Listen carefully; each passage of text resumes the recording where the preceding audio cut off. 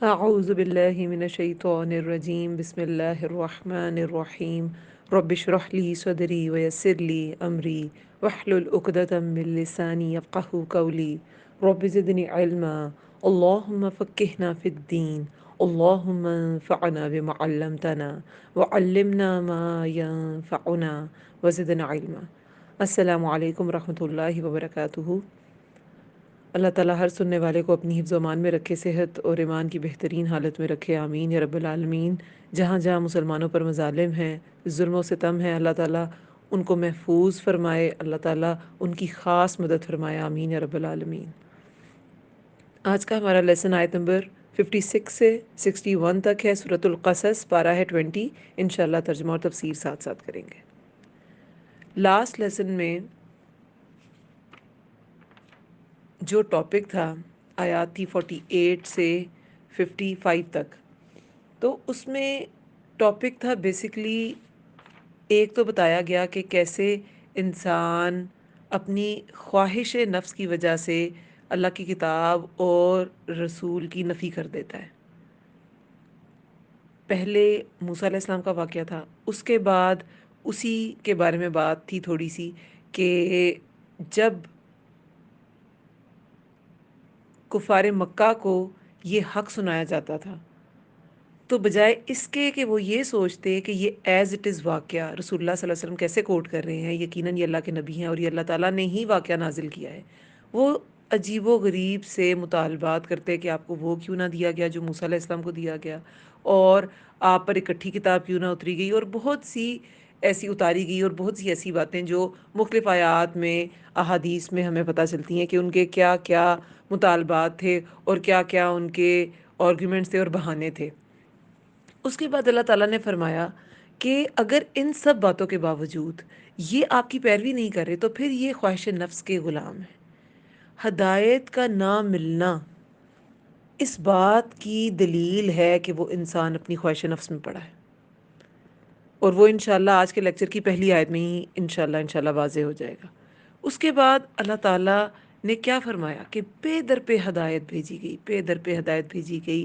قرآن 23 سالوں میں نازل ہوا، بار بار آیات آئیں، ڈراوے آئے، لیکن یہ لوگ نہ مانے، یہ پھر بھی نہ مانے۔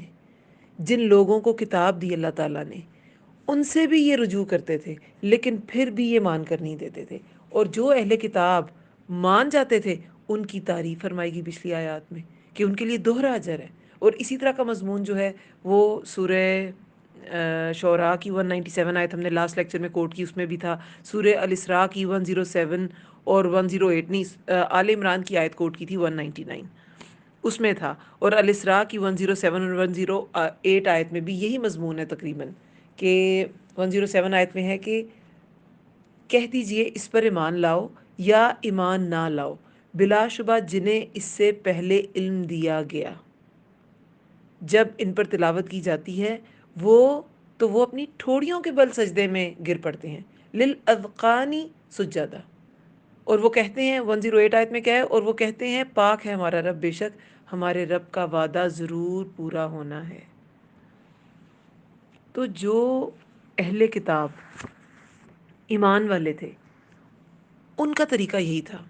حبشہ کے وفد کا ہم نے قصہ پڑھا کہ وہ کیا کیا انہوں نے، اور جب ان پر اعتراضات کیے گئے، ابو جہل نے کیے یا انہیں بھڑکانے کی کوشش کی گئی، تو وہ لغو سے اعراض کر کے گزر گئے۔ یہی طریقہ ہوتا ہے کسی بھی مخالفت کا جواب دینے کا، اور کسی بھی غیر ضروری بات کو اگنور کرنے کا، کہ عزت سے اس سے گزر جانا چاہیے۔ اس لغو کا بات، لغویانہ بات جو ہے، ایسی بات کا جواب بھی کوئی بہت معتبر نہیں ہوگا، وہ بہت کوئی اچھی بات نہیں ہوگی وہ بات، کیونکہ کسی بھی کامنٹ کا جب آپ کاؤنٹر کامنٹ دیتے ہیں تو وہ آپ کو اسی لیول پہ جا کے دینا ہوتا ہے۔ تو کسی ایسی بات کا جس کا آپ کے دین سے کوئی تعلق نہیں، جس کا آپ کے عمل سے کوئی تعلق نہیں، اس کو اگنور کریں، اور کسی ایسی ایکٹیویٹی میں بھی کبھی انڈلج نہ ہوں جس کا آپ کے آخرت سے کوئی تعلق نہیں، جس کا آپ کے عمل سے کوئی تعلق نہیں۔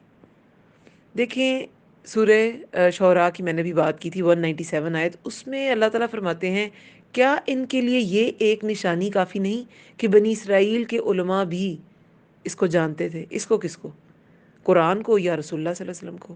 دونوں کی طرف یہ ضمیر جا سکتی ہے، یعلمہ آتا ہے نا، تو ہو کی ضمیر قرآن یا قرآن والا یعنی کہ نبی اکرم صلی اللہ علیہ وسلم۔ تو کفار مکہ جو تھے ان کے پاس تو پہلے کتاب تھی نہیں، ہر چیز کے لیے بنی اسرائیل کی طرف دیکھتے تھے اور ان سے رائے لیتے تھے، یہود سے یا نصارہ سے۔ ان کے پاس تو نشانیاں تھیں، ان کی کتاب میں بھی نشانیاں تھیں، اور ان کے علماء بھی جانتے تھے۔ تو کیا یہ باتیں اہل مکہ کے لیے کافی نہیں تھی؟ مگر جس کے پاس حق قبول کرنے کی صلاحیت نہ ہونا، وہ کسی دلیل پر قائل نہیں ہو سکتا۔ حق قبول کرنے کی صلاحیت کب چلی جاتی ہے؟ جب انسان اپنی گمراہی میں دور نکل جاتا ہے، اس کی وہ صلاحیت اللہ تعالیٰ چھین لیتے ہیں۔ اب اس بات کو واضح اللہ تعالیٰ نے کیسے کیا؟ یہ 56 آیت میں، انکا بے شک آپ، لا تہدی نہیں آپ ہدایت دے سکتے، من جسے، احببتا پسند کریں آپ، ولیکن اور لیکن، ولیکن اللہ اور لیکن اللہ، یہدی وہ ہدایت دیتا ہے، من یشاء جسے وہ چاہتا ہے، وہوا اور وہ اعلم خوب جانتا ہے، بالمہتدین ہدایت پانے والوں کو۔ اب اللہ تعالیٰ نے یہ اصول بہت سی دوسری جگہوں پر بھی بیان کیا، بہت سی دوسری جگہوں پہ قرآن میں یہی بات آئی ہے کہ اللہ تعالیٰ جسے چاہے ہدایت دیتا ہے اور جسے چاہتا ہے نہیں دیتا۔ لیکن بات غور کرنے کی کیا ہے کہ کیا یہ، جیسے میں نے پچھلے لیسن میں کہا، کوئی قرآن اندازی ہے کہ اللہ تعالیٰ نے جسے چاہا چن لیا اور جسے چاہا نہیں چنا؟ نہیں، لاسٹ لیسن میں کیا تھا کہ جس نے خواہش نفس کو الہ بنا لیا نا، جس نے خواہش نفس کی پیروی کی، وہ حق کو کبھی قبول نہیں کر سکتا۔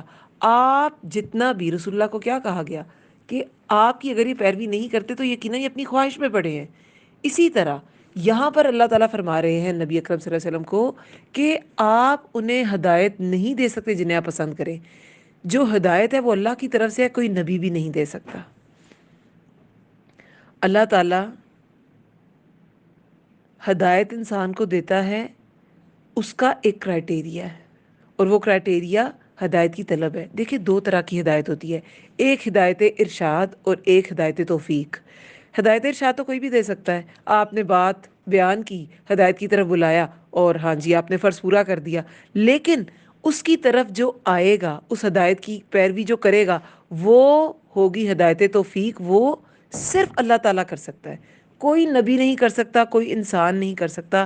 یہ ہدایت توفیق جو ہے، یہ جو ہدایت پر چلنے کی توفیق ہے، یہ اللہ تعالیٰ کے خاص اصول پر ملتی ہے، یہ رینڈملی نہیں مل جاتی، یہ کوئی قرآن اندازی نہیں ہوتی۔ اور وہ اصول کیا ہے؟ طلب ہدایت، ہدایت کا طلب کرنا۔ دیکھیں سورہ فاتحہ میں اللہ تعالیٰ کی حمد کے بعد اتنی، ام القرآن اسے کہا جاتا ہے، ام القرآن سورہ فاتحہ کو، شفا والی، بہت سے اس کے نام ہیں فاتحہ کے۔ قرآن کا سٹارٹ بھی، فاتحہ کیا ہوتی ہے؟ چابی، اوپنر۔ قرآن کو اوپن کرنے والی بھی سورہ فاتحہ ہے، اور نماز کے سٹارٹ میں بھی سورہ فاتحہ ہے۔ اتنی امپورٹنس ہے اس سورہ کی۔ تو اس میں اللہ کی حمد ہے شروع میں، اس کے بعد کیا ہے؟ پہلی آیت جو اللہ کی حمد کے بعد کہی جاتی ہے وہ ہے ایاک نعبد و ایاک نستعین۔ ہر چیز میں بے شک کیا، ہم تیری ہی عبادت کرتے ہیں، ہم تجھی سے مدد چاہتے ہیں۔ ہر چیز میں جب آپ دین کے راستے پہ چل پڑتے ہیں تو آپ کو ہر موقع پہ، ہر پوائنٹ پہ اللہ تعالیٰ کی مدد چاہیے۔ آپ نے اللہ ہی کی عبادت کرنی ہے، ٹھیک ہے، آپ نے مان لیا۔ اب اس راستے پہ اللہ کا عبد بننے کے لیے آپ کو اللہ کی مدد بھی چاہیے۔ لیکن اب مدد میں تو سب کچھ آ گیا، ہر اسباب، دنیاوی سارے اسباب جو ہیں وہ مدد میں ہی آتے ہیں کہ آپ کا ماحول سازگار ہو، آپ کو سپورٹرز مل جائیں، آپ کو دین کے ساتھی مل جائیں، آپ دین پر استقامت کے ساتھ چلتے رہیں۔ لیکن ایک چیز ہے جو الگ سے منگوائی گئی انسان سے، ایاک نعبد و ایاک نستعین اہدنا الصراط المستقیم۔ یا اللہ ہمیں ہدایت دے سیدھے راستے کی طرف، یہ الگ سے منگوایا گیا۔ یہ الگ سے دعا منگوائی گئی انسان سے. کیوں؟ کیونکہ یہ عام اسباب کے مانگنے جیسا نہیں ہے ہدایت کا مانگنا. ہدایت کا مانگنا ہدایت کو پانے کے لیے ضروری ہے. یہ عام نعمتوں اور اسباب اور فیسلٹیز جو باقی چیزیں بھی چاہیے آپ کو دین پر استقامت کے لیے، یہ اس کے جیسا نہیں ہے. یہ بیسک ہے، اس کی الگ سے امپورٹنس ہے. ایون کہ علم بھی الگ چیز ہے. آپ نے بہت سا علم حاصل کر لیا، اٹ ڈزنٹ مین کہ آپ کو ہدایت بھی مل جائے گی. ہدایت پھر بھی مانگنی پڑے گی. بہت سے علم والے، بہت نیک نیک لوگ گزرے، سب صالحین بھی تھے، وہ بھی نماز میں، قرآن میں اہدنا الصراط المستقیم پڑھتے تھے. وہ صراط مستقیم پر چلنے کی دعا مانگتے تھے. پھر جو اس کو مانگے گا وہی اس کو پائے گا، اسی کو اللہ تعالیٰ کی طرف سے ہدایت ملے گی. اور یہی یہاں بتایا گیا ہے کہ آپ جسے پسند کریں. دیکھیے رسول اللہ صلی اللہ علیہ وسلم اپنے رشتہ داروں کی ہدایت کے بارے میں، کچھ رشتہ داروں کی ہدایت کے بارے میں بہت حریص تھے. جیسے ایک مشہور واقعہ ہے کہ رسول اللہ نے دعا مانگی تھی کہ عمرو بن حشام یا عمر ابن الخطاب میں سے کسی ایک کو، کہ ایک کے ذریعے اسلام کو تقویت عطا کر. اور وہ عمر رضی اللہ عنہ کے لیے دعا قبول کی گئی، جبکہ رشتہ دار تو ابو جہل تھے. لیکن وہ جہالت میں ہی فوت ہوا، جہالت میں ہی مرا. تو رشتہ داروں کی ہدایت کا انسان حریص ہوتا ہے، اس میں کوئی شک نہیں ہے. لیکن اللہ تعالیٰ نے کہا جسے آپ پسند کریں. سب سے بڑی مثال ابو طالب کی ہے کہ انہوں نے کلمہ حق جو ہے وہ ادا نہیں کیا، آخری وقت تک نہیں کیا، جبکہ وہ اتنے بڑے سپورٹر تھے نبی اکرم صلی اللہ علیہ وسلم کے. تو یہ اللہ کی طرف سے ہے، اور ملے گی اسے جو اس کا طالب ہوگا، جس کے اندر اس کی طلب اور تڑپ ہوگی کہ یا اللہ مجھے ہدایت پہ رکھ، میں کہیں گمراہ نہ ہو جاؤں. جو بار بار دعا مانگے ربنا لا تزغ قلوبنا بعد اذ ہدیتنا، یا اللہ میرا دل ٹیڑھا نہ ہو جائے ہدایت پانے کے بعد. یہ ایسی چیز ہے جو مانگتے رہنی ہے، مانگتے رہنی ہے، اللہ کے سامنے عاجز رہنا ہے، پھر یہ ملتی ہے. بے شک آپ نہیں ہدایت دے سکتے. من احببدا، جسے پسند کرے آپ. حب سے نکلا ہے نا، محبت بھی اسی سے ہے، جسے محبت کریں آپ. ہا با با اس کا روٹ ورڈ ہے. ولیکن اللہ، اور لیکن اللہ وہ ہدایت دیتا ہے من یشاء، جسے وہ چاہتا ہے. اور اللہ تعالیٰ کی چاہت انسان کی طلب سے مشروط ہے. وہوا، اور وہ عالم بالمہتدین، خوب جانتا ہے ہدایت پانے والوں کو. اللہ تعالیٰ جانتا ہے کہ اس کے اندر طلب ہے، پھر اس کو ہدایت ملتی ہے. ایون کہ کچھ لوگوں تک قرآن نہیں پہنچتا، لیکن ان کے اندر پھر بھی طلب ہوتی ہے کہ اللہ، یا یہ جو حقیقی رب ہے وہ کون ہے، وہ کیا ہے، وہ کیسا ہے. اور وہ صرف اپنے اندر کی فطرت کی وجہ سے اللہ کو پا لیتے ہیں. تو وہ تڑپ ضروری ہے. باقی اسباب اللہ تعالیٰ مہیا کریں گے، لیکن ہدایت کی طلب ضروری ہے. ورنہ دیکھیں نوح علیہ السلام کا بیٹا محروم نہ رہتا، لوط علیہ السلام کی بیوی بھی محروم نہ رہتی، ابراہیم علیہ السلام کا باپ بھی محروم نہ رہتا.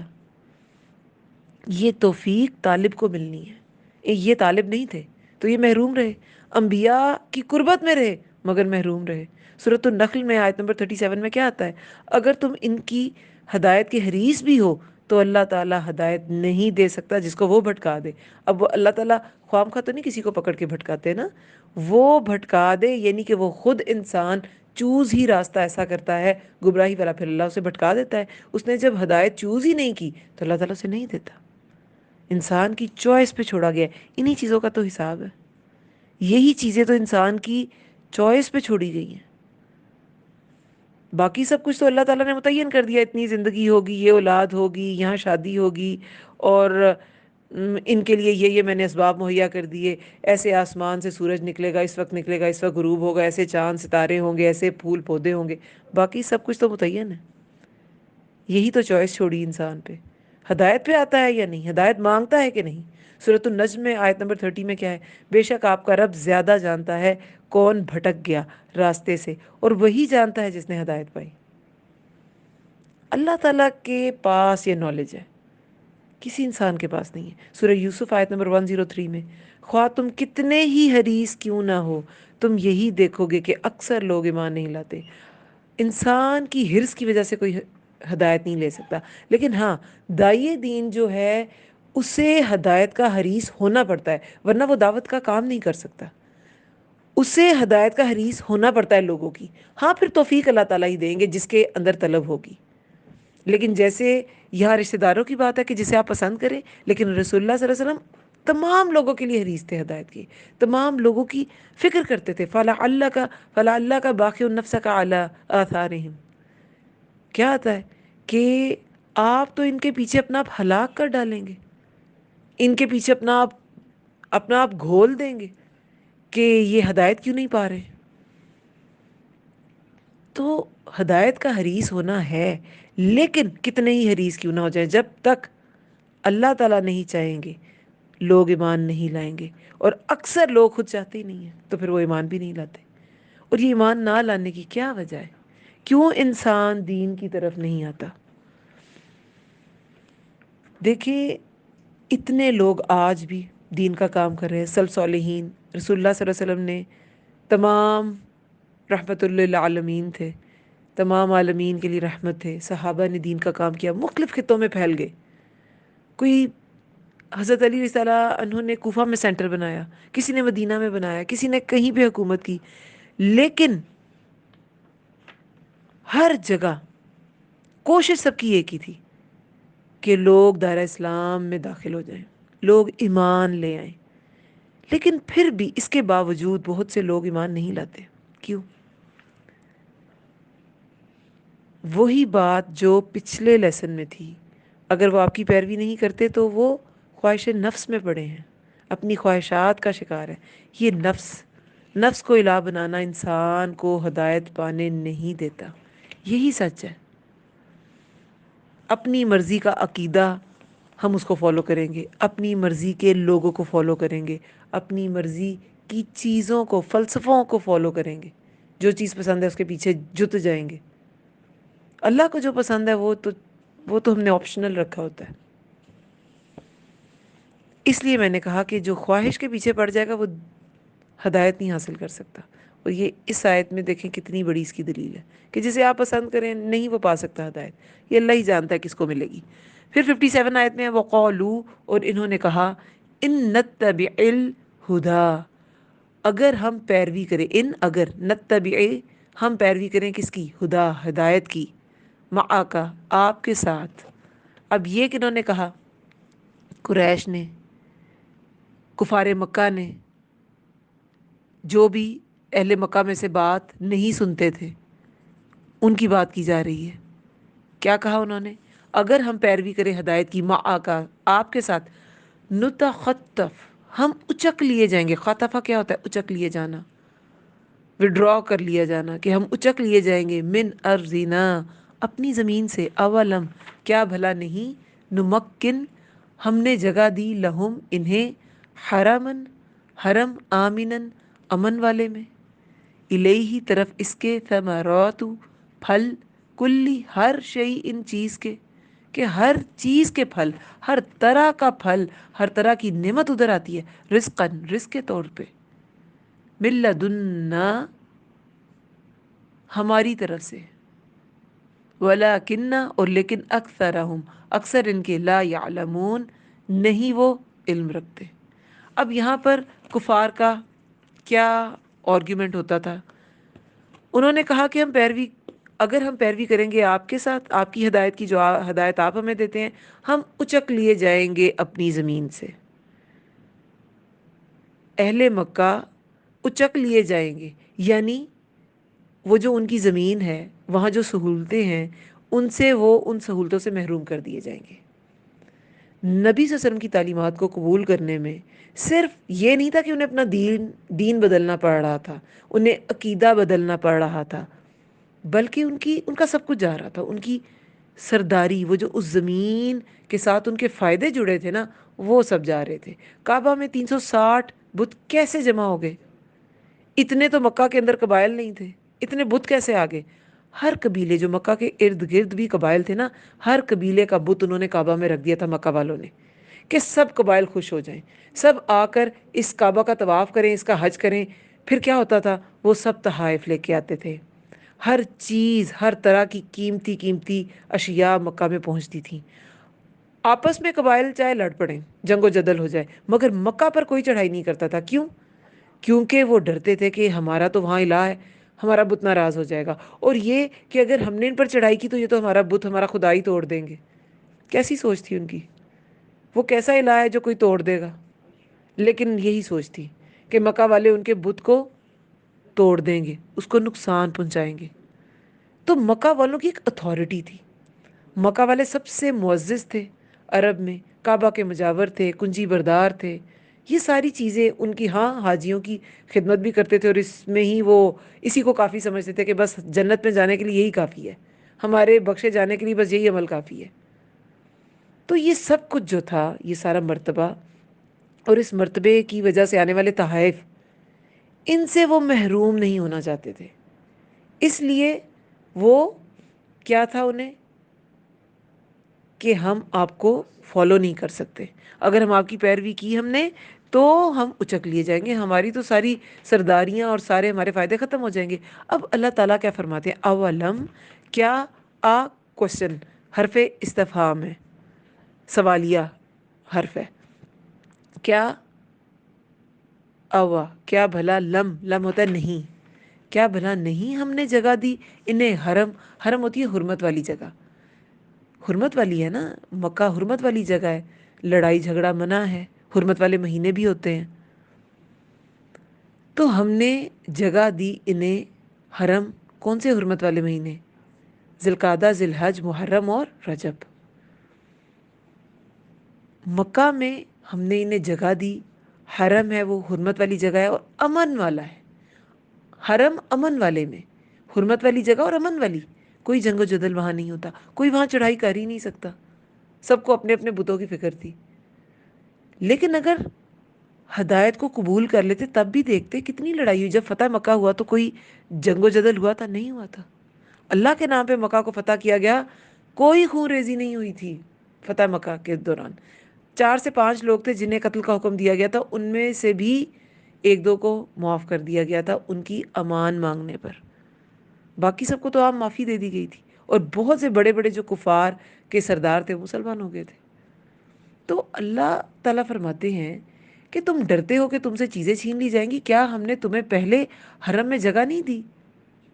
اور ہر طرف سے ہر طرح کے پھل آتے ہیں، کیا یہ صحرا تھا، دیکھیں مکہ مدینہ صحرا ہے نا، ڈیزرٹ ہے، تو کیا وہاں ہر طرح کے پھل نہیں آتے؟ حالانکہ وہاں تو کچھ اگتا بھی نہیں ہے، رزق کے طور پہ تمہیں ہر چیز ملتی ہے ہماری طرف سے، اور لیکن اکثر ان کے نہیں وہ علم رکھتے، لیکن وہ نہیں یہ جانتے اس بات کی طرف، اس پوائنٹ کی طرف سوچتے ہی نہیں ہے، دیکھتے ہی نہیں ہے، سمجھتے ہی نہیں ہے۔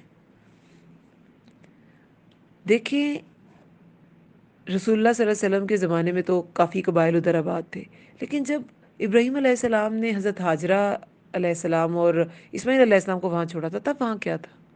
کچھ تھا، ایک کھجور کی گٹھری اور تھوڑے سے پانی کے ساتھ ان کو چھوڑا تھا، اور وہ آب زمزم تو اللہ تعالیٰ کا ایک انعام ہے، اور اللہ تعالیٰ کا ایک رحمت تھی جو ان پر ہوئی، اور اس کی وجہ سے پھر وہاں قبیلہ بھی آباد ہوا، اور جرہم قبیلہ وہاں سے گزرا، اور اس نے جب دیکھا کہ وہاں پرندے اڑ رہے ہیں تو انہوں نے کہا ادھر قریب پانی ہوگا، اور پھر وہ پانی کی اجازت انہوں نے حضرت ہاجرہ علیہ السلام سے چاہی، انہیں ملا، اور پھر وہ وہاں آباد ہوا، اسماعیل علیہ السلام کی شادی ادھر ہوئی، اور وہ بڑھتے بڑھتے بڑھتے 12 بیٹے ہوئے اسماعیل علیہ السلام کے، اور ایک جو تھے انہی سے پھر وہی زیادہ آپ کہیں کہ پرومیننٹ تھے، باقیوں کا اتنا ذکر نہیں ملتا ہسٹری میں۔ لیکن بہرحال بات یہ ہے کہ جب اللہ کے نام پہ چھوڑا، جب وہ بالکل ویران بیابان تھی وادی، تب بھی تو وہ بس گئی نا، وہ آباد ہو گئی۔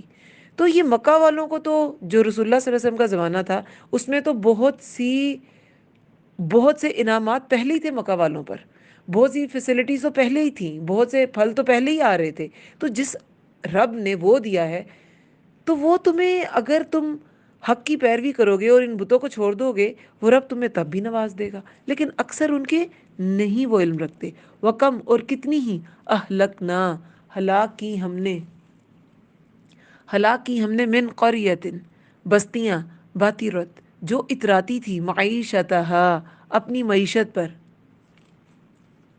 فتلکا، تو یہ، مساکنہم، گھر ہیں ان کے، لم نہیں، تسکن، وہ بسائے گے، من بعدہم، بعد ان کے، الا، مگر، قلیلا، بہت تھوڑے، وَقُنَّا، اور ہیں ہم، نحنو، ہم ہی، نحن الوارثین، ہم ہی وارث۔ اب اللہ تعالیٰ ان بستیوں کی طرف اشارہ کر رہے ہیں کہ جنہیں باطرت ہوتا ہے، بطر ہوتا ہے پھولنا، اکڑنا، اور معیشت کیا ہوتی ہے؟ سامان زندگی، کہ ایسی بستیاں جو اپنی معیشت پر، اپنے سامان زندگی پر بہت فیسیلیٹیٹڈ تھیں، بڑی ترقی یافتہ تھیں، اس پہ اتراتی تھیں۔ فتل کا مساکن ہو، تو یہ ہیں ان کے گھر، کیونکہ یہ اپنے، یہ جو ان کے تجارتی سفر ہوتے تھے اس میں یہ بستیاں دیکھتے تھے، عاد کی، سمود کی، قوم شعیب کی، یہ ساری بستیاں یہ دیکھتے تھے، دیکھو ان کا کیا حال ہوا۔ اور وہ اپنے اپنے وقت کی بہت سٹرونگ معیشتیں تھیں، بہت سٹرونگ اکانومیز تھیں، ان کا کیا حال ہوا؟ نہیں وہ بسائے گئے بعد ان کے، جب ایک بار اللہ کا عذاب آ گیا تو کوئی نہیں آ کر وہاں بسا۔ جب اللہ نے نہیں چاہا تو وہ بستیاں جو کسی زمانے میں اتنی ترقی یافتہ تھیں وہاں وہ دوبارہ نہیں بسی، لیکن جب اللہ نے چاہا تو وہ جو سنسان بیابان مکہ کی وادی تھی وہ بس گئی۔ جب اللہ بسانا چاہے گا تو وہ جگہ بسے گی، جب اللہ تمہیں فیسلٹیز دینا چاہے گا تو تمہیں مل جائیں گی۔ تو تمہیں اس رب کی پیروی کرنی چاہیے، اس رب کا حکم ماننا چاہیے، یا کسی بت کا اور کسی کوئی اور شریک بنا لینے چاہیے؟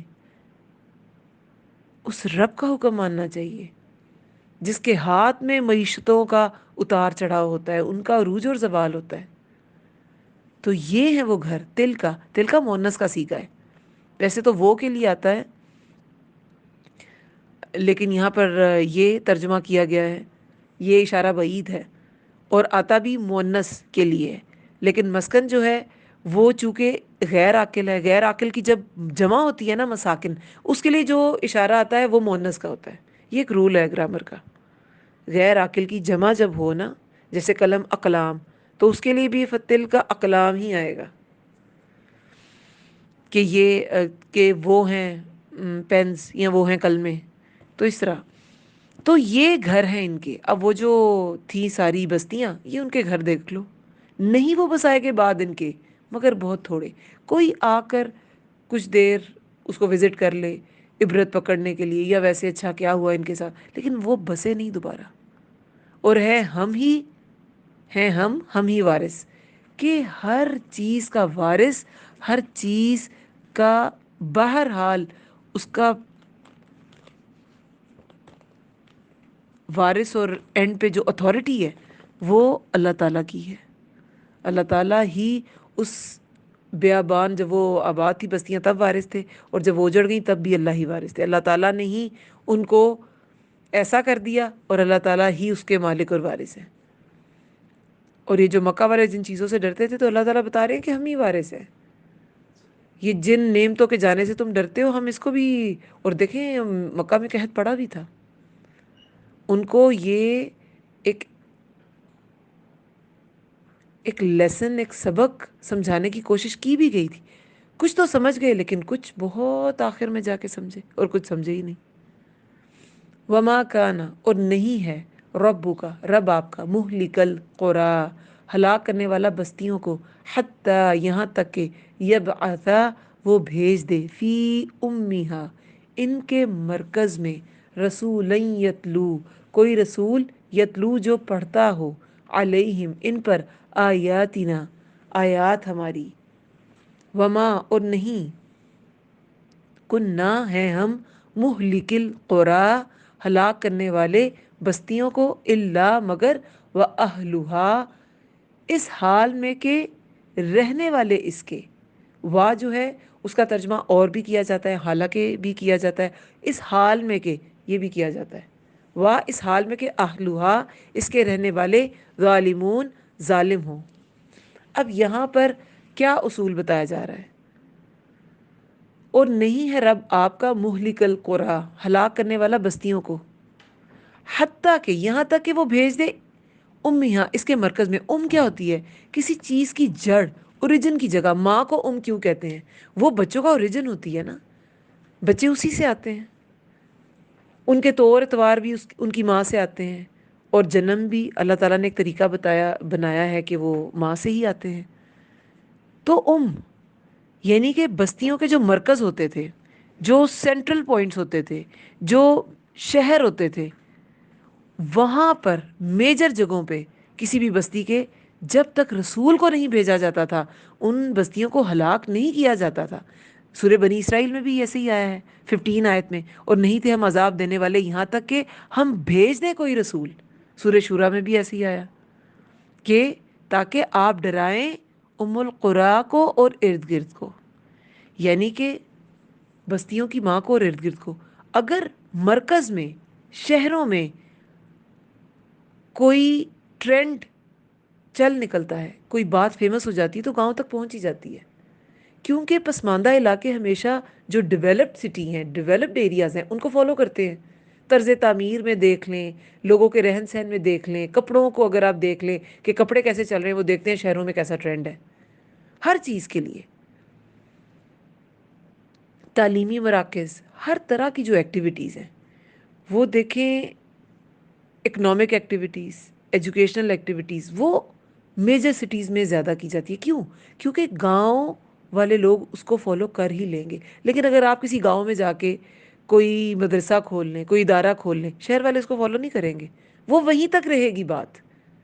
لیکن اگر ان کی تک، ام القریٰ تک، بستیوں کی ماں تک، اگر آپ، ویسے تو بستیوں کی ماں مکہ کو کہا گیا ہے، لیکن بہرحال آپ وہاں تک اگر دین پہنچا دیں، مراکز تک پہنچا دیں، تو آگے چھوٹے شہروں میں یا ذیلی علاقوں میں یا ضلعوں میں، ڈسٹرکٹس میں اور ٹاؤنز میں اور شہروں میں گاؤں میں، ڈاؤن ٹاؤن میں، وہ خود بخود پہنچ جائے گا۔ تو اللہ تعالیٰ فرماتے ہیں کہ ہم نے مراکز میں رسول بھیجے، اور تب تک بستیوں کو ہلاک نہیں کیا جب تک کہ ان میں کوئی ہدایت والا نہیں بھیجا، کہ کوئی ایکسکیوز نہ ہو ان کے پاس، ان پر حجت تمام کر دی، کہ وہ یہ نہ کہیں کہ ہمارے پاس تو کوئی نبی آئی نہیں تھا، ہم کس کو فالو کرتے۔ جیسے پچھلے لیکچرز میں بھی ہم نے یہی بات ڈسکس کی تھی کہ کیا کہتے تھے لوگ سورہ الانعام میں 156 157 میں یہی بات ہے کہ اہل مکہ کہیں تم یہ نہ کہو کہ کتاب تو بس 2 گروہ پہ اتاری گئی، اس لیے تم پر بھی کتاب اتاری گئی، تم یہ نہ ایکسکیوز کرو کہ انہی پر اتاری گئی اور ہم تو غافل تھے، اگر ہم پر اترتی تو ہم ان سے زیادہ فالو کرتے۔ تو اللہ تعالیٰ نے اتمام حجت کر دیا، حجت تمام کر دی لوگوں پہ، کوئی یہ ایکسکیوز نہ کرے۔ اللہ کا اصول ہے کہ وہ کسی پر، کسی قوم پر، کسی بستی پر عذاب نہیں اتارتا جب تک کہ وہاں سمجھانے والے نہ آ جائیں۔ اور نہیں ہے ہلاک کرنے ہم، اور نہیں ہے ہم کن نہ، کن ہوتا ہے ہیں، نہ ہم، اور نہیں ہے ہم ہلاک کرنے والے بستیوں کو مگر اس حال میں کہ اس کے رہنے والے ظالم ہوں۔ جب بستیوں کو ہلاک کیا جاتا ہے، اس کا مطلب ہے کہ انہوں نے ظلم کیا ہے۔ ظلم کیا ہوتا ہے؟ حقدار کو اس کا حق نہ دینا۔ تو انہوں نے، یا تو دیکھیں لوگوں پر بھی جب ظلم کیا جاتا ہے تو لوگوں پر ظلم کی وجہ سے بھی وبال آتے ہیں، مگر یہاں کس ظلم کی بات ہے؟ شرک کا ظلم۔ شرک ظلم عظیم ہے، سب سے بڑا ظلم شرک ہے، کیونکہ وہ سب سے بڑی ذات کے ساتھ ظلم ہے۔ سب سے بڑی ذات کو اس کا حق نہ دینا ہے، اللہ کو حق نہ دینا ہے۔ اللہ کا حق کیا ہے؟ کہ اس کو ایک مانا جائے۔ اور نہیں ہم ہلاک کرنے والے بستیوں کو مگر اس حال میں کہ اس کے رہنے والے ظالم ہوں۔ تو اس کے اپنے رہنے والے ہی ظالم ہوتے ہیں، اس کے اپنے رہنے والے ہی ہدایت سے منہ موڑ لیتے ہیں اور پھر ان پر عذاب آتا ہے۔ دیکھیں اللہ تعالیٰ نے مکہ والوں کو کتنا کتنا موقع دیا اور کتنی مہلت دی، اور اللہ تعالیٰ کے نبی صلی اللہ علیہ وسلم کی دعا تھی کہ من حیث القوم اس امت کو تباہ نہ کیا جائے، اور مکہ والے بھی ان پر ایسا عذاب نہیں آیا کہ وہ من حیث القوم ہی ختم ہو جائے، اور اس لیے بہت سے مسلمان ہوئے، زیادہ تر مسلمان، ایسے ایسے پکے کافر بھی مسلمان ہو گئے۔ تو اللہ تعالیٰ نے اس پر عذاب نازل نہیں کیا۔ اور ایک یہ ہے کہ یہاں پر بات ہوئی نا پچھلی آیات میں بھی، حرمن آمنا، یہ حرم امن والا تھا پہلے سے ہی۔ ایک تو سارے پھل پہنچتے تھے، اوپر سے دوسری جو قبائل تھے وہ بھی اس کا احترام کرتے تھے، کچھ ڈر کی وجہ سے بھی کہ ہمارے بت ان کے پاس ہیں، یہ ہمارے بتوں کی بے ادبی نہ کریں. اور کچھ یہ کہ دیکھیں روم اور ایران تب کی بڑی بڑی سپر پاورز تھیں، ان کے درمیان بھی جنگ ہو جاتی تھی، آمد و رفت کا سلسلہ بھی ہوتا تھا، مگر مکہ میں کوئی نہیں آیا. اب یہ جو الیگزینڈر تھا وہ گریک یونانی وہ تھا نا بادشاہ، گریس سے تھا، اور پھر اس نے فتح کیا، کتنا اس نے لینڈ فتح کر لیا، لیکن وہ مکہ میں وہ بھی نہیں آیا تھا. یہ اللہ تعالیٰ کا ایک خاص کرم ہے کہ مکہ ان چیزوں سے متاثر نہیں ہوا، بالکل درمیان میں تھا روم اور ایران کے. جنگ کے باعث ایسے ہوتا تھا کہ راستے بند ہو جاتے تھے، آمد و رفت، درآمدات برآمدات یہ متاثر ہوتی تھی. تو مکہ جو تھا نا وہ امن میں ہی رہتا تھا، وہاں جنگ آتی نہیں تھی. جنگ کے آپ کہہ لیں اثرات وہاں تک پہنچے ہی نہیں. وہ بالکل را فارم میں ان کا جو قبائلی نظام تھا بالکل را فارم میں اسی طرح رہا، اور اس قبائلی نظام کی وجہ سے اسلام کو بہت تقویت ملی. جو سیرہ پڑھ رہے ہیں وہ سمجھ جائیں گے کہ یہ قبائلی نظام کا کیا اثر ہوا نبی صلی اللہ علیہ وسلم کی تبلیغ میں. بہت سے منکر حق تھے، لیکن صرف قبائلی نظام کی وجہ سے انہوں نے نبی صلی اللہ علیہ وسلم کو سپورٹ کیا، کیونکہ قبائلی نظام ایسا ہی ہے، قبیلہ جس کا حلیف ہے وہ اس کے لیے لڑنے مرنے کو تیار ہو جاتا تھا. حلیف یعنی کہ جس کا حلف بردار ہے، جس سے حلف لیا ہوا ہے، جس سے دوستی کا وعدہ ہے. اور ایک ہوتا ہے حریف جس کے مخالف ہے، جس کے خلاف ہے. بہرحال تو اللہ تعالیٰ عذاب تب لاتے ہیں قوموں پہ جب وہ ظالم. اور مکہ والوں کو بتایا جا رہا ہے کہ جب تک رسول نہیں آیا قوموں کو ہلاک نہیں کیا، اور ہلاک تب کیا جب وہ ظالم ہو جائیں. تو تم اگر اللہ کو اس کا حق نہیں دو گے تو تم بھی ظالم ہو، تم پر بھی عذاب آ سکتا ہے. پھر وما اور جو بھی اوتی تم دیے گئے تم من شیئن کوئی چیز، فمتاع الحیات الدنیا پس سامان ہے زندگی کا، حیاتی زندگی کا، زندگی کا، دنیا کی، وزینتہا اور رونق اس کی، وما اور جو کچھ عند اللہ پاس ہے اللہ کے، خیر و ابقا بہتر ہے اور زیادہ باقی رہنے والا ہے. افلا تعقلون کیا بھلا نہیں تم عقل سے کام لیتے. اب یہاں پر اللہ تعالیٰ کیا فرما رہے ہیں کہ تمہیں جو بھی سامان ہے دنیا جس کے چھن جانے کا تمہیں ڈر ہے، اور زیادہ تر انسان ہدایت پہ کیوں نہیں آتا. ابھی کیا بات کی ہم نے، خواہش نفس کی وجہ سے کہ میرا فلاں فلاں فلاں فائدہ چلا جائے گا. تو یہ جو سارا سامان دنیا ہے یہ دنیا کی زینت ہے، لیکن جو اللہ کے پاس ہے نا، جو تم ان سب کو ٹھکرا کے جس ہدایت کو حاصل کرو گے، جس راستے پہ چلو گے، وہ ہدایت کا راستہ پا کے جہاں تم پہنچو گے وہاں جو نعمتیں ملے گی وہ خیر و بقا ہے. سورہ اعلیٰ میں کیا آتا ہے، والآخرۃ خیر و بقا، آخرت بہتر ہے اور باقی رہنے والی ہے. دنیا میں اگر اس دین کے راستے پر چلتے ہوئے، ہدایت کے راستے پہ چلتے ہوئے، صراط مستقیم پر چلتے ہوئے تکلیفیں آتی بھی ہیں تو دنیا فانی ہے، وہ دنیا کے ساتھ ہی دنیا بھی فنا ہو جائے گی اور وہ تکلیفیں بھی فنا ہو جائیں گی. مگر آخرت تو ابقا ہے، وہ تو باقی رہنے والی ہے، وہ تو نہیں ختم ہوگی. تو کس زمانے دنیا کے لیے تم ڈر رہے ہو. اور دیکھیں یہ خطاب پھر ہم سب کے لیے، جو بھی دیے گئے تم، ہم پڑھیں تو ہم ہی تم ہو گئے نا، اللہ تعالیٰ فرما رہے ہیں. تو پھر یہ جنرلی سب کے لیے بھی بات ہے کہ جو بھی دیے گئے تم. اب ہم سوچیں ہم کیا کیا دیے گئے اور کس کس وجہ سے ہم دین میں شامل نہیں ہو پاتے. کیا فکر ہے ہماری، گھر فکر ہے، ہمارے بچے فکر ہیں، اگنور ہو جائیں گے. حالانکہ بچوں کے فرائض کو ادا کرتے ہوئے بھی انسان دین پر چل سکتا ہے.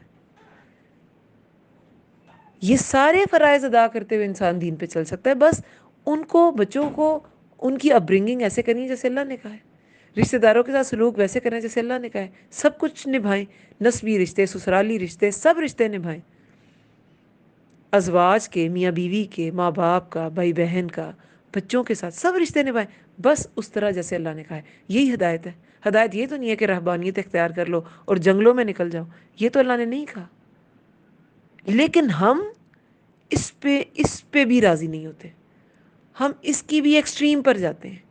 ہم جب تک دنیا کا وہ پوائنٹ اچیو نہ کر لیں، جب تک کہ دین کو نقصان نہ پہنچے، ہم راضی نہیں ہوتے. ہم اس پوائنٹ تک دنیا کی خواہش کرتے ہیں جب دین متاثر ہونا شروع ہو جاتا ہے. دین کو متاثر کیے بغیر دنیا بڑی ایزیلی نبھ جاتی ہے. دنیا ساری کی ساری اس کے معاملات دین نے بتا دیے. اب سوچیں کیا چیزیں ہیں جو ہمیں دین کی طرف آنے نہیں دیتی؟ کون سی ایسے لوازمات ہیں دنیا کے جو ہمیں دین کا کام کرنے سے روکتے ہیں؟ کیا کام ہے؟ دنیا کی ہر چیز عارضی ہے. کون سا ایسا شوق ہے؟ موبائل کا شوق ہے، کپڑوں کا شوق ہے، گوسپس کا شوق ہے.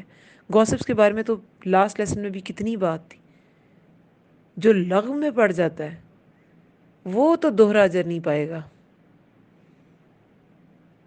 دین کے راستے پہ چلنے کے لیے آپ کو لغویات سے پرہیز کرنا ہی پڑے گا. جیسے ایک ہاتھ میں آپ 50 لفافے نہیں اٹھا سکتے نا، تو ایک دل میں ہدایت کی بات اور لغویات اکٹھے بھی نہیں رہ سکتے. جو جتنی زیادہ جگہ آکیوپائی کرے گا دوسرے کی جگہ اتنی کم ہو جائے گی. لغویات اتنی زیادہ ہوں گی تو ہدایت کی بات اور حق کی بات کم ہوتی جائے گی. دل میں اللہ کا ڈر کم ہوتا جائے گا اور دنیا کے ہی ہو کے رہ جائیں گے. دنیا کی ہر چیز عارضی ہے. دنیا کی زینت ہے یہ. زندگی کا سامان دنیا کی زینت ہے.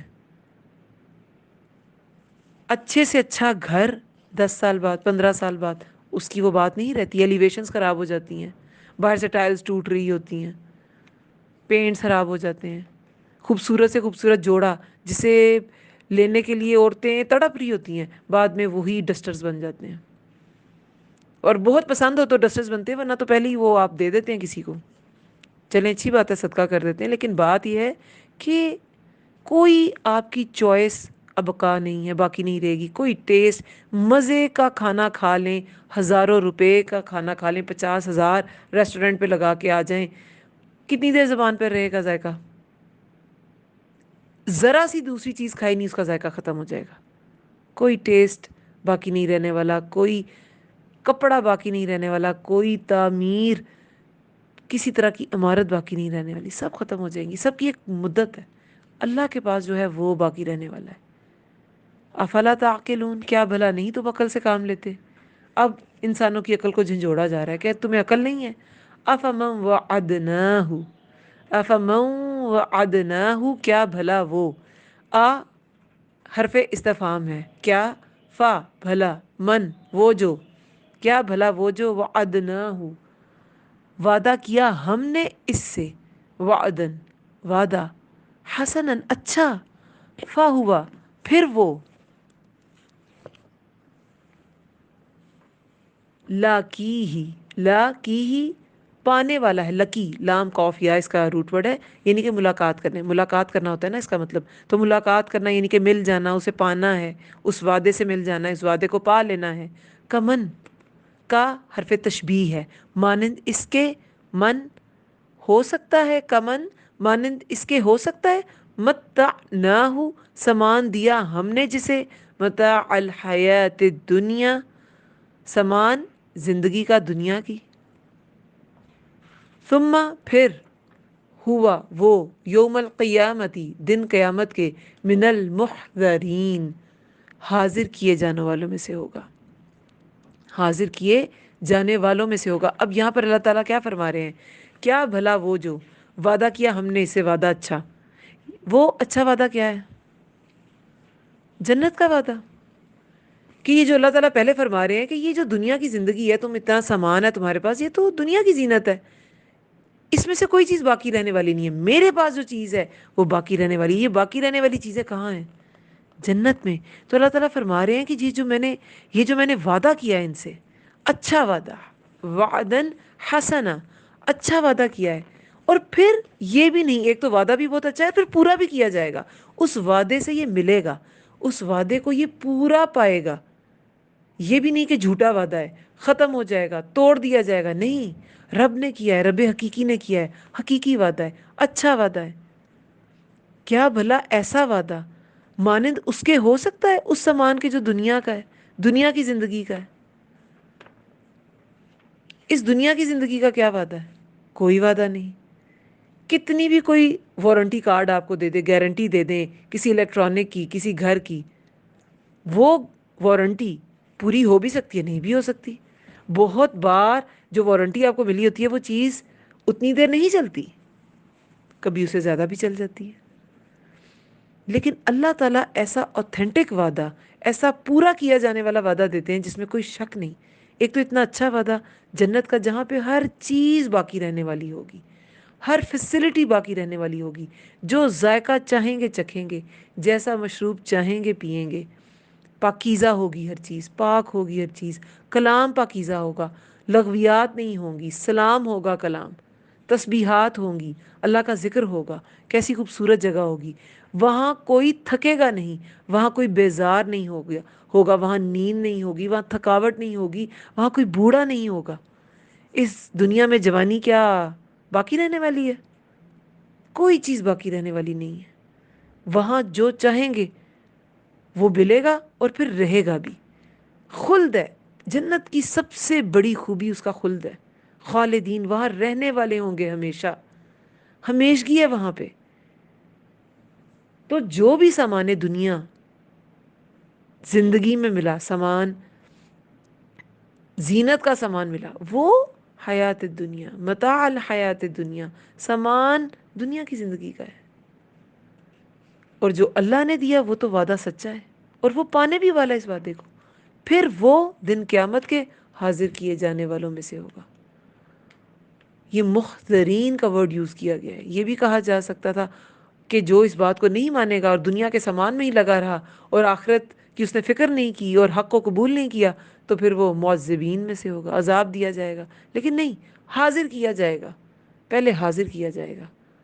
جب ٹیچر کوئی میسج بھیج دے، اس کو نا فلاں فلاں بچے کو کہو کہ 10 ٹائمز ہوم ورک کر کے اس نے ہوم ورک نہیں کیا، تو یہ زیادہ انسلٹنگ ہے یا وہ خود آئے، وہ اس بچے کو پوری کلاس میں سے نکال کے باہر کرے، سب کے سامنے کرے، پھر اس کی انسلٹ کرے، اس کو حاضر کرے سب کے سامنے، اس کی انسلٹ کرے، اور پھر اسے کہ اب جا کے 10 دفعہ کرو اپنا ہوم ورک، اب جا کے تڑپو. کون سا زیادہ انسلٹنگ انداز ہے؟ حاضر کیے جانے والا. تو یہ ایک انسلٹ ہے کافروں کی. وہ دن قیامت کے من المحضرین، حاضر کیے جانے والوں میں سے ہوں گے. کچھ کو تو دیکھیں 70,000 لوگ نبی صلی اللہ علیہ وسلم کی امت کے بغیر حساب کے داخل ہوں گے جنت میں. لیکن کافر سے تو حساب نہیں لیا جائے گا. وہ تو اس قابل بھی نہیں ہوگا کہ حساب لیا جائے. حساب تو نیکیوں کا ہوگا، کتنی نیکیاں ہیں، کتنے گناہ ہیں، کس کا پلڑا بھاری ہے. ان کو تو اعمال نامہ ہاتھ میں پکڑائیں گے بائیں، اور جہنم کی طرف ان کو جہنم واصل کر دیا جائے گا. تو حاضر تو کیے جائیں گے نا، وہاں سامنے حاضر تو ہوں گے. بائیں ہاتھ میں اعمال نامہ سب کو نظر تو آئے گا، اچھا یہ یہاں پر ہے. اور پھر اس دن کوئی شریک جسے اللہ کو چھوڑ کے انسان نے جس پر تکیہ کیا، مسلمان بھی اب کرتے ہیں تکیہ اللہ کے سوا دوسری ذاتوں پر. اللہ تعالیٰ سب کو محفوظ رکھے. یہی ٹاپک ہماری اگلی آیات کا انشاءاللہ نیکسٹ لیکچر میں کریں گے کہ اس دن وہ سارے شریک وہ گم ہو جائیں گے. کوئی کسی کی مدد نہیں کرے گا، سب برات کا اظہار کریں گے. بھئی ہم ان کو جانتے ہی نہیں، ہم نے ان کو کیا اپنے پیچھے لگانا تھا، ہم تو خود بھٹکے ہوئے تھے. کوئی جواب نہیں دیں گے، کوئی کسی کی مدد نہیں کر سکے گا، کوئی کسی کی فکر نہیں کر سکے گا، کوئی کسی کی خبر نہیں لے سکے گا. یہ انشاءاللہ نیکسٹ آیات میں انشاءاللہ پڑھیں گے. اللہ تعالیٰ ہمیں محضرین میں سے کبھی نہ کرے، معذبین میں سے کبھی نہ کرے. اللہ تعالیٰ ہمیں ان لوگوں میں سے کرے جو بغیر حساب کے جنت میں جائیں گے. آمین یا رب العالمین. اللہم ارزقنی تفکر و تدبر لما یتلوہ لسانی من کتابک والفہم لہ والمعرفة بمعانی والنظر فی عجائبی والعمل بذلك ما بقیت انک علی کل شیء قدیر. اے اللہ تیری کتاب قرآن میں سے میری زبان جو پڑھتی ہے، اس میں مجھے تفکر، تدبر اور اس کی سمجھ عطا فرما، اور اس کے معنوں اور عجائبات کی پہچان کروا، اور جب تک میں زندہ ہوں اس کے مطابق عمل کروں. بے شک تو ہر چیز پر قدرت رکھنے والا ہے. آمین یا رب العالمین. سبحانک اللہم و بحمدک، نشہد ان لا الہ الا انت، نستغفرک ونتوب الیک. السلام علیکم ورحمۃ اللہ وبرکاتہ.